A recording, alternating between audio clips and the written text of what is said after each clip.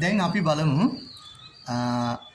ඔබට කියලා දුන්නනේ පෙර වගුවකින් මාත්‍රාවල ප්‍රමාණය.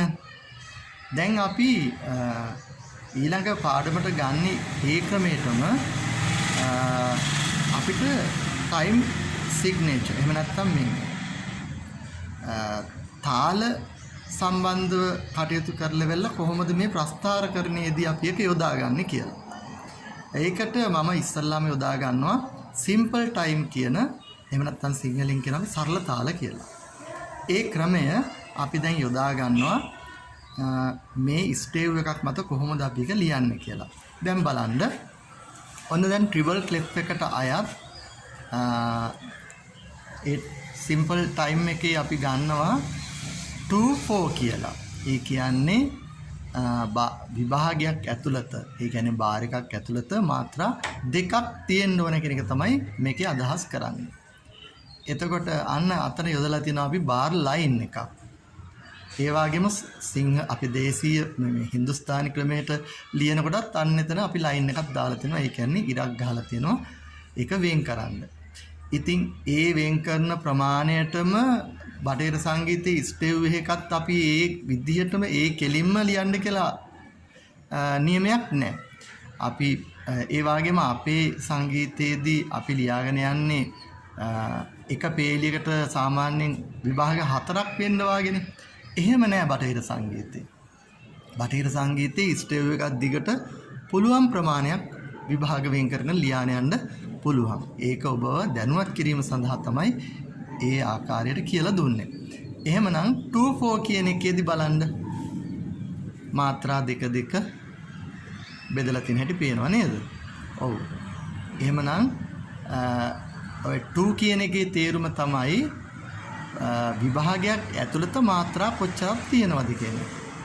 ඒ වගේම යට කොටසෙන් කියන්නේ වේගය. ඒ කියන්නේ එක ගමන් කරන අපි වේගයක් දෙනයි වේගය ප්‍රමාණය තමයි අපි යටින් දාලා තියෙන්නේ. ඒක අපිට 2 වෙන්නත් පුළුවන්, 4 වෙන්නත් පුළුවන්, 8 වෙන්නත් පුළුවන්, 16 වෙන්නත් පුළුවන්. ඒ විදිහට දාන්න පුළුවන්. ඒක අපි පහුවට කතා කරමු. ඊළඟට බලන්න 3-4 කියන ටයිම් සිග්නේචර් යෙදෙන ආකාරය. ඒ සරල තාල වලට යෙදෙන තවත් ක්‍රමයක් තමයි 3-4 කියන එක. බලන්න ඒකට මාත්‍රා 3 තමයි කැටි වෙලා තියෙන්නේ. පැහැදිලි නේද? ඒකෙත් විභාග බෙදලා තියෙන 3න් 3ට. ඒ කියන්නේ බාර් ලයින් එක ගහලා තියෙන මේ විදිහට. හොඳයි ඊළඟ අවස්ථාව බලමු 4-4. ඒකත් සිම්පල් ටයිම් වලට එන තවත් තාල ක්‍රමයක්. එතකොට ඒකේ වෙන්නේ මාත්‍රා 4 තමයි යෙදෙන්නේ. දැන් බලන්න මේ 4 යෙදෙනකොට මිනිම් සහ ක්‍රොචට් භාවිතා කරලා තියෙනවා, සෙමි බ්‍රේව් භාවිතා කරලා තියෙනවා. ඒ ආකාරයෙන් බලනකොට ඔබට පැහැදිලි ඇති මේක එහෙමනම් බිට් කියලාත් අපි සඳහන් කරනවා. අපි මේ සිම්පල් ටයිම් වලට එහෙම නැත්නම් සරල තාල වලට වර්ග 3ක් පමණයි යොදාගත්තේ. 2-4 3-4 අය පරක් බලාගන්න 2-4 3-4 4-4. දැන් අපි බලමු මේ සංකේත අනුසාරයෙන් නැත්නම් සංකේත භාවිතා කරලා ඒ බාර් එකක් ඇතුලේ යෙදিলা තියෙන ආකාරය බලන්න. ඔන්න බලන්න දැන් 2-4 කියලා අපි යොදාගත්ත එකේ බලන්න ක්‍රොචට් දෙකක් තියෙනවා. සාරි කියන එකට තමයි අපි ක්‍රොචට් දෙකක් යොදලා තියෙන්නේ. ඊළඟට බලන්න ඊළඟ එකේ තියෙන්නේ ගාගා කියලානේ තියෙන්නේ. ඒකට අපි ඒත් ක්‍රොචට් දෙකක් යොදලා තියෙන්නේ. ඊළඟ එකේදී අපි ගා ඉරක් තියෙන්නේ. එහෙමනම් අපි එතනට යොදන්නේ මිනිම් එකක්. ඊළඟ එකෙත් මිනිම් එකක් තමයි යොදන්නේ ගා ඉරක් නිසා. ඊළඟට මග කියලා තියෙනවා. ඒකටත් ක්‍රොචට් දෙකක්. ඊළඟ එකටත් මග. ඒ කියන්නේ ක්‍රොචට් දෙකක්. ඊළඟට තියෙන්නේ රී ඉරක් හින්දා මිනිම් එකක්. පැහැදිලි නේද? අන්න දැන් අපි ඩබල් බාර් එකක් අවසානට ගහලා තියෙනවා. දැන් බලන්න 3-4 කියන එක නැවත අපි අරගෙන බලමු. ඒකෙදී 3-4. එතකොට එතන තියෙනවා ක්‍රොචට් 3ක්. ඒ කියන්නේ සාරීගා. එතකොට අපි යොදාගන්නේ ක්‍රොචට් 3ක්. පැහැදිලිනේ? ඊළඟට අපි ගන්නේ ගා ඉර. එහෙනම් එතන තියෙනවා ක්‍රොචට් එකකුයි මිනිම් එකකුයි. පැහැදිලිනේ? ඊට පස්සේ ඊළඟ තැන තියෙනවා ගා ඉරත්ම. එතකොට වෙන්නේ මිනිම් එකයි ක්‍රොචට් එකයි. පැහැදිලිනේ? ඊළඟට තියෙනවා ගාමා ගා. එතකොට ක්‍රොචට් 3ක්. පැහැදිලිනේ? ඊළඟට අපි ගන්නේ රී ඉරක් තවත් ඉරක් යොදලා තියෙනවා. ඔන්න අපිට එදා අපි ඉගෙන ගත්ත පාඩමේදී ඩොටඩ් එකක් යොදන තැන අපිට ඇවිල්ලා තියෙනවා. ඔන්න දැන් ඩොටඩ් එකක් යොදපුවාම එතන ඩොටඩ් මිනම් එකක්. ඒතර මාත්‍රා තුන අපිට ඒ විදිහට යොදන්න පුළුවන්. එතකොට අපි අර ඉස්සල්ලා ගත්ත ප්‍රස්තාරෙම තමයි මේ අරන් තියෙන්නේ ඔබට පහසුව පිණිස. දැන් බලමු අපි 4න් 4 එහෙම නැත්නම් 4 කියන එකට කොහොමද වෙන් වෙන්නේ කියලා වෙලා. අපිට පුළුවනි අර සාරි ගගා කියන තැන 4ක් වෙන විදිහට දාන්න. කොහොමද මේ බලන්න. අන්න එතනින් අපි මකල වෙලා 4ක් වෙන විදිහට යදුවා. ඊළඟට ගා ඉරක් කියලා යොදාගත්ත කියමුකෝ. ඊළඟට අපිට පුළුවන් එතනත් මග කියලා එකට අරගෙන හරි. එතන ගත්තා. අර රීසොරේ ගාවට තව ඉරි කැලක් යොදපුවාම මාත්‍රා 4ක් එනවා. දැන් මේක අපි බොහොම සරලව කියන්න ඕන නිසායි ගත්තේ. දැන් බලන්න 4 කියන එකේදී හැදිලා තියෙන විදිහ. අතන සාරි ගා කියලා 4ක් තියෙන එක අපි එතන ක්‍රොචට් 4ක් යොදනවා. හැබැයි ස්ථාන මතක තියාගන්න ඕන. ඊළඟට තියෙන්නේ ගා ඉරා. දැන් බලන්න මෙතන මිනිම් දෙකක් තමයි යොදන්නේ නේ. පැහැදිලි නේද? ඊළඟට මොකද කරන්නේ? මාගා කියන තැන අපිට පුළුවනි ක්‍රොචට් 4ක් යොදන්න. අර බලන්න. පැහැදිලි නේද? ඊළඟට අපි ගන්නවා රී ඉරිකැලි 3ක් නිසා අපි එතනට ගන්නවා සෙමි ප්‍රයෝග එකක්. පැහැදිලි නේද? හොඳයි. දැන් එහෙමනම් අපි ඉස්සල්ලා ඉගෙන ගත්තේ සිම්පල් ටයිම් නේද? දැන් අපි ඉගෙන ගන්න යන්නේ ඒ සිම්පල් ටයිම් කියවේ සරල තාල. දැන් අපි ඉගෙන ගන්න යන්නේ කම්පවුන්ඩ් ටයිම්. ඒ කියන්නේ සංකීර්ණ තාල. අර ඉස්සල්ලා කියපු තාල වලට වැඩිය ටිකක් සංකීර්ණයි තමයි. දැන් බලන්න පළවෙනි ස්ටේව් එකේ අපි දාලා තියෙන විදිහ 8න් 5 දාලා තියෙන නේද? ඒ කියන්නේ 5 8.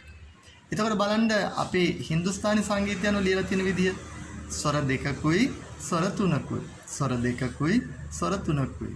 ඒ කියන්නේ සුළු මැදුම් දෙතිත කියලා තමයි අපි දේශීය තාල අනුව කියන්නේ නේද? ඉතින් ඒ උනාට බටහිර සංගීතයේදී ඒ ක්‍රමයට වඩා වෙනස් ක්‍රමයක් තමයි යොදලා තියෙන්නේ. ඒ කියන්නේ අර ස්වර දෙකයි ස්වර තුනයි එකට එකතු කරලා තියෙන්නේ. එතකොට අපි මැද බාර් එක අයින් කරනවා. ඔන්න ওই විදිහට තමයි දැන් බලන්න ක්‍රොචට් තියෙනවා 5ක්. දැක්ක නේද?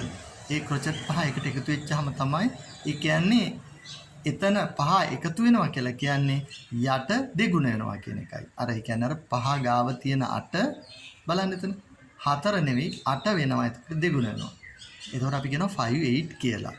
ඊළඟට බලන්න ඒකේ ඉදිරියට යන්න බලන්න. ඊළඟට තියෙනවා මිනිම් එකක්. එතන තියෙනවා ක්‍රොචට් 3ක්. අන්න එහෙමනම් එතන 5ක් වෙන්න අපි මැද රේඛාව අයින් කරනවා. දැන් පැහැදිලි නේද? ඔන්න දැන් එතකොට එතනත් හරි. අපි ඊළඟ එකට යම් බලන්න. එතන තියෙන්නේ මිනිම් එකක්. අතන තියෙන්නේ ඩොටඩ් මිනම් එකක්. ඔන්න දැන් එතන මැද ඉර අයින් කරපුවාම අපිට එනවා මාත්‍රා 5. පැහැදිලිද?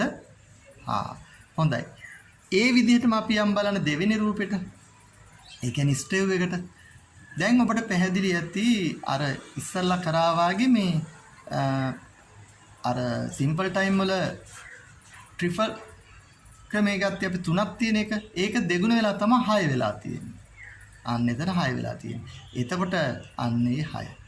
එතකොට යට දෙගුණ වෙච්චාම 8 වෙනවා. එතකොට අපි කියන 6 8 කියලා. ඔන්න දැන් එහෙමනම් අර උඩ තියෙන ප්‍රස්ථාරය අපි 6 8 ක්‍රමයට ලියනකොට මාත්‍රා 6කට හදා ගන්නවා. අපි එතනත් ඒ රේඛාව අයින් කරනවා. අයින් කරලා ඒක අපි 3 කොටස් දෙකකට බෙදා ගන්නවා. අන්න එතනින් තමයි ඉර වදින්නේ. අපි එතන රීසොරයක් දාගමු. දැන් එතකොට බලන්න ඊළඟ අවස්ථාව කොහොමද කියලා. එතනත් අපි පදා කියලා අර අතන්ට අපි අන්න එතනට තව අපි ස්වරයක් දාගමු නේද? දැන් අතන්ටත් අපි දිගටම සර ටිකක් අන්න හරි. ඊට පස්සේ ඉරි කැලි දෙකක් තුනක් යොදාගත්තා. දැන් අන්න 6 8 කියන විදිහ අපි හදාගත්ත ආකාරය. පැහැදිලි නේද? දැන් අපිට පුළුවනි ඔය මැද රේඛාව අයින් කරලා 6 8 කියන එකේ බලන්න එතන මැද රේඛාවක් තියෙනවා. ඒක අයින් කරපුවාම අපිට පුළුවනි මේ ප්‍රොජෙක්ට් තුන එකට එකතු කරන්න. ඇයි අර අපි අතන සරිසක් කියන එකත් එකතු කරුවානේ. ඊළඟ තැනත් බලන්න. රිගම කියන තැන. එතනත් අපිට මෙහෙම එකතු කරන්න පුළුවන්. අන්න බලන්න අර කැටි කරපු ආකාරය. පැහැදිලි නේද? අපි ඊළඟ එකටත් යම් බලන්න. එතනත් අපිට පුළුවනි ඒ තුන එකතු කරලා ඒ ප්‍රොජෙක්ට් තුන එකතු කරපුවාම ඊළඟට අතනක් තියෙනවා පදා කියලා නේද? එතනත් අපිට ඒ විදිහට එකතු කරන්න පුළුවන්. පැහැදිලිනේ? හොඳයි. අපිට අතනට දාන්න පුළුවන් එමනම් තවත් ඩොටඩ් මිනම් එකක්. පැහැදිලි නේද? හොඳයි. අපි එතන ඩබල් බාර් කරලා නවත්තන්න පුළුවන්. පැහැදිලි නේද? හොඳයි. දැන් බලමු අපි ඊළඟ ස්ටේව් එකේ තියෙන විදිහ 7 8. ඒ කියන්නේ උඩ තියෙන මාත්‍රා 3යි 4යි 3යි 4යි දෙන අවස්ථාවක් ඕක. ඒ හින්දා අපි බලමු මේ 3යි 4යි 3යි 4යි කොහොමද දෙන්නේ කියලා වෙලා. ඔන්න 3යි 4යි. අන්න එතනට 4 එනවා. දැන් පැහැදිලිනේ? ඊළඟ එකටත් 3ක් එනවා. ඊළඟ අවස්ථාවට අපි ආය නැවත 4ක් යොදා ගන්නවා. මේ බලාගන්න. පැහැදිලි නේද? ඕකනම් අපි දේශීය තාල අනුව කියන්නේ කොහොමද? මැදුම් මහ දෙතිත. නේද? එහෙමනම් ඔන්න බලන්න ඒ 3යි 4යි 3යි 4යි එකතු කරපු එක අපි බටහිර සංගීතයේදී 3 4 එකට එකතු කරපුවම 7ක් බවට පත් වුණා. බලන්න තුන්වෙනි රූපේ 7 8 කියන තැන.